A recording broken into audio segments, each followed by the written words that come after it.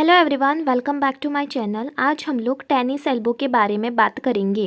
Tennis elbow एक medical condition है जिसे हम लोग लैटरल एपिकॉन्डाइलिटिस भी कहते हैं।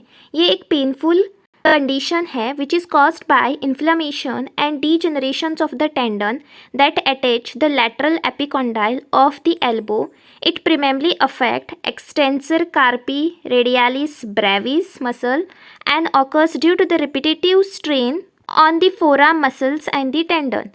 टेनिस एल्बो जो एक मेडिकल टर्म है ऑफ लैटरल एपिकॉन्डाइलिटीज़, ये एक पेनफुल कंडीशन होती है जिसमें एल्बो के लैटरल एपिकॉन्डाइल्स में जो भी टेंडन्स जुड़े हुए होते हैं उनमें सूजन या डीजनरेशन की वजह से ये होता है। ये ज़्यादातर एक्सटेंसर कार्पी रेडियालिस ब्रेविस मसल्स को अफेक्ट करता है ऑफ द फोरआर्म मसल्स और एंड ऑल्सो द टेंडन्स। ये होता है क्योंकि बार बार टेंडन पर स्ट्रेस पड़ने की वजह से, जैसे रिपीटेटिव एक्टिविटीज़ करने पर ये होता है।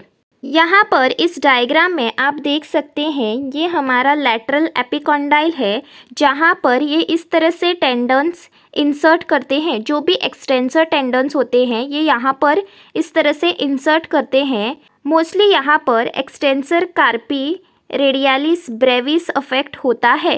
रिपीटेटिव एक्टिविटी करने से इन मसल में सूजन आ सकती है।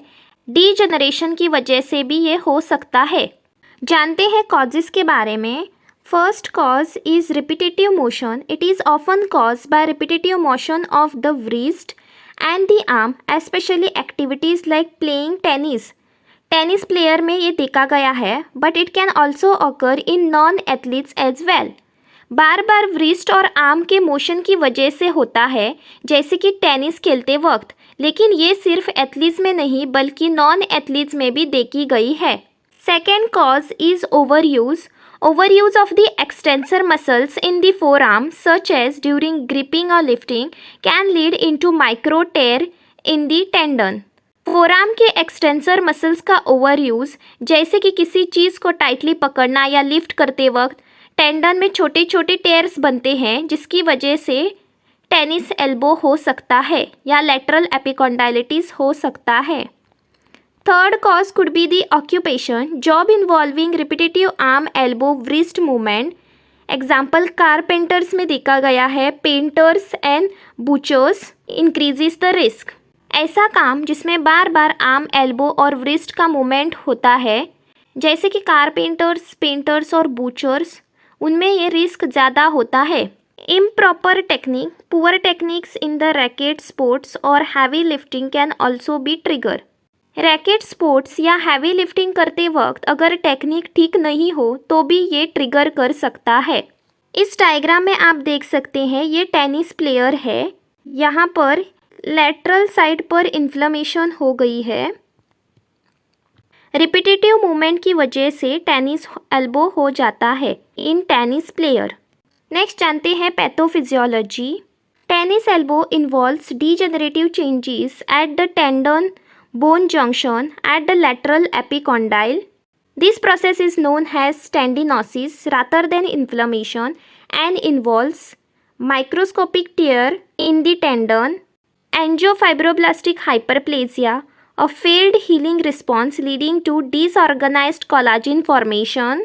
In chronic cases, there is a fibrosis and calcification. Tennis elbow में टेंडन और बोन की जंक्शन जो लैटरल एपिकॉन्डाइल पर होता है वहाँ डीजेनरेटिव चेंजेस होते हैं। इस प्रोसेस को टेंडिनोसिस भी कहते हैं। टेंडन में माइक्रोस्कोपिक टेयर्स यानी छोटे छोटे टेयर हो जाते हैं। एंजियोफाइब्रोब्लास्टिक हाइपरप्लेजिया हो जाती है जो एक फेल्ड हीलिंग रिस्पॉन्स है जिसमें कोलाजिन का डिसऑर्गेनाइज्ड फॉर्मेशन हो जाता है। अगर केस क्रॉनिक हो जाए तो टेंडन में फाइब्रोसिस और कैल्सिफिकेशन हो सकते हैं। ये कंडीशन ज़्यादातर टेनिस प्लेयर में देखी गई है। ये जो लैटरल एपिकॉन्डाइल है यहाँ पर डीजेनरेशन आ जाता है। यहाँ के जो मसल्स होते हैं जो अटैच होते हैं लैटरल एपिकॉन्डाइल में, वहाँ पर डीजेनरेशन चेंजेस दिखाई देते हैं। वहाँ पर इन्फ्लेमेशन भी हो जाता है और इसका कारण होता है repetitive movement. Clinical feature, pain localize to the lateral elbow and may radiate down forearm. दर्द लैटरल एल्बो में होता है और कभी कभी फोर आर्म तक भी फैल जाता है। Tenderness over the lateral epicondyle especially when पाल्पेटेड। Lateral epicondyle पर छूने पर दर्द होता है, खासकर उस जगह को प्रेस करने पर। Weakness in the affected arm, particularly during activities like gripping, lifting and holding the object. Affected arm में कमज़ोरी महसूस होती है, खासकर जब किसी चीज़ को पकड़ना, उठाना या होल्ड करते वक्त। Reduce range of motion, movement involving wrist extension और forearm supination can exacerbate pain. wrist extension या forearm supination जैसे मूवमेंट से दर्द बढ़ जाता है। जब आप wrist के मूवमेंट करते हो, उसको बेंड करते हो, स्ट्रेट करते हो, तब दर्द होना शुरू हो जाता है। Pain during specific activities like shaking hand, turning a door knob, holding a cup में also trigger the pain. Activities जैसे हाथ मिलाना, डोर नॉब घुमाना या कप होल्ड करना, इन एक्टिविटीज़ से दर्द हो सकता है। ये दर्द को ट्रिगर कर सकते हैं। Such activities can trigger the pain. Next is investigation. Physical examination. यहाँ पर कोजन टेस्ट किया जाता है, मिल्स टेस्ट किया जाता है। इस टेस्ट में wrist extension को रेजिस्ट करने पर दर्द होता है जब एल्बो एक्सटेंड होता है।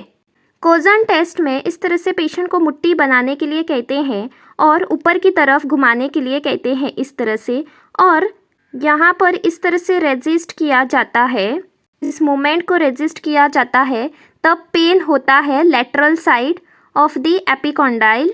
एल्बो के लैटरल साइड पेन हो जाता है, which can indicate positive Cozen's test. Pain is elicited by resisting the wrist extension while the elbow is extended. Next is Mills test. Passive stretching of the elbow muscles by pronating the forearm, flexing the wrist and extending the elbow. It can also cause pain. Forearm को pronate करके, wrist को flex करके और elbow को extend करने पर extensor muscle stress हो जाते हैं, जो दर्द का कारण बनते हैं। इमेजिंग, अल्ट्रासाउंड, एमआरआई और एक्सरे भी किया जाता है to rule out the condition. Treatment में non surgical and surgical treatment है। First one is rest and activity modification, avoiding the activity that aggravate the symptoms. ऐसे एक्टिविटीज़ से बचना चाहिए जो सिम्टम्स को बढ़ावा देते हैं और बढ़ाते हैं। Second is physical therapy, strengthening और स्ट्रेचिंग एक्सरसाइजेस करना चाहिए जो फ्लेक्सिबिलिटी को इम्प्रूव करते हैं और स्ट्रेन को कम करते हैं। Bracing, using a counter force brace to reduce the strain on the tendon. इस तरह का ब्रेस यूज़ करना चाहिए जिसे हम लोग काउंटर फोर्स ब्रेस कहते हैं, जो टेंडन पर स्ट्रेन कम कर देता है। इन्फ्लामेशन यहाँ पर है, तो ब्रेस को यहाँ पर इस तरह से पहनना चाहिए। इसे हम लोग टेनिस एल्बो ब्रेस भी कहते हैं, जो काउंटर फोर्स ब्रेस है, जिसकी वजह से टेंडन पर कम स्ट्रेस या स्ट्रेन पड़ता है। मेडिकेशन, एनसेड्स दिए जाते हैं such as ibuprofen to reduce the pain and inflammation. Inflammation कम करने के लिए एनसेड्स ऐसी दवाइयाँ दिए जाते हैं। Steroids injection, corticosteroids can also provides temporary pain relief but less commonly used due to the potential long-term tendon damage. Corticosteroid से टेम्पररी पेन रिलीफ मिल सकता है, लेकिन ये कम यूज़ होता है क्योंकि लॉन्ग टर्म यूज़ करने से टेंडन डैमेज का रिस्क होता है। Platelet rich plasma injection that promotes the healing by using the patient's own blood component. Injection जो पेशेंट के अपने ब्लड कंपोनेंट का यूज़ करके हीलिंग प्रमोट करते हैं, which is known as platelet rich plasma. Electrical modality such as ultrasound भी use किया जाता है to reduce the pain in the tennis elbow patient. ये एक इलेक्ट्रिकल मॉडलिटी है जो पेन रिड्यूस करने के लिए मदद करती है।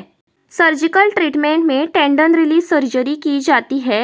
Reserve for chronic non responsive cases involves removing the damaged tendon tissue and reattaching the healthy part of the bone. ये सर्जरी उन केसेस में की जाती है जो क्रॉनिक हो गए हैं और बाकी ट्रीटमेंट से ठीक नहीं हुए हैं। इसमें डैमेज टेंडन टिश्यू को रिमूव करके हेल्दी पार्ट को बोन से दोबारा अटैच किया जाता है। Next one is arthroscopic surgery. ये मिनिमली इन्वेजिव सर्जरी होती है जिसमें छोटे कट से काम किया जाता है और रिकवरी भी जल्दी होती है। Thank you. If you like the video please hit that like button and subscribe.